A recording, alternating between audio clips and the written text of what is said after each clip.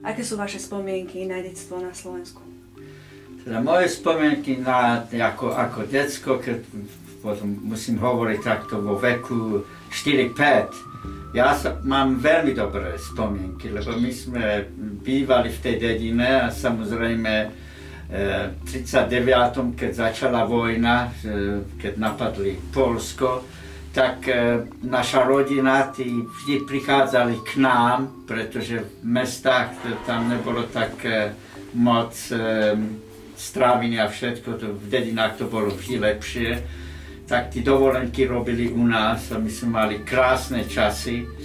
Teda z toho času ja mám veľmi dobré spomienky. Teda, zaprvé, že ja som bol tak malý, ja som nerozumel. Už i keď tí mraky prichádzali, tak v 39. 40. Moji rodičia vedeli, že pre Židov tá situácia není tá najlepšia. Ale ako deti my sme o tom nevedeli.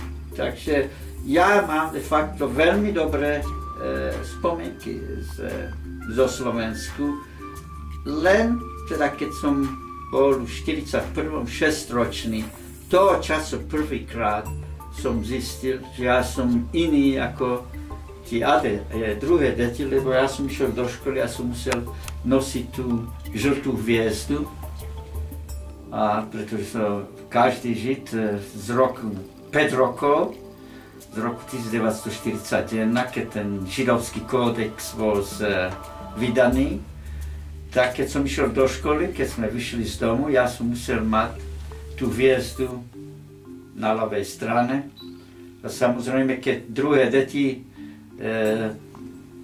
ma videli, tak začali kričať smrdlavý Žid a rôzne také špatné veci proti mne. Takže to bolo, toho času som si vedel, že tak to bolo, že to nebolo tak dobre.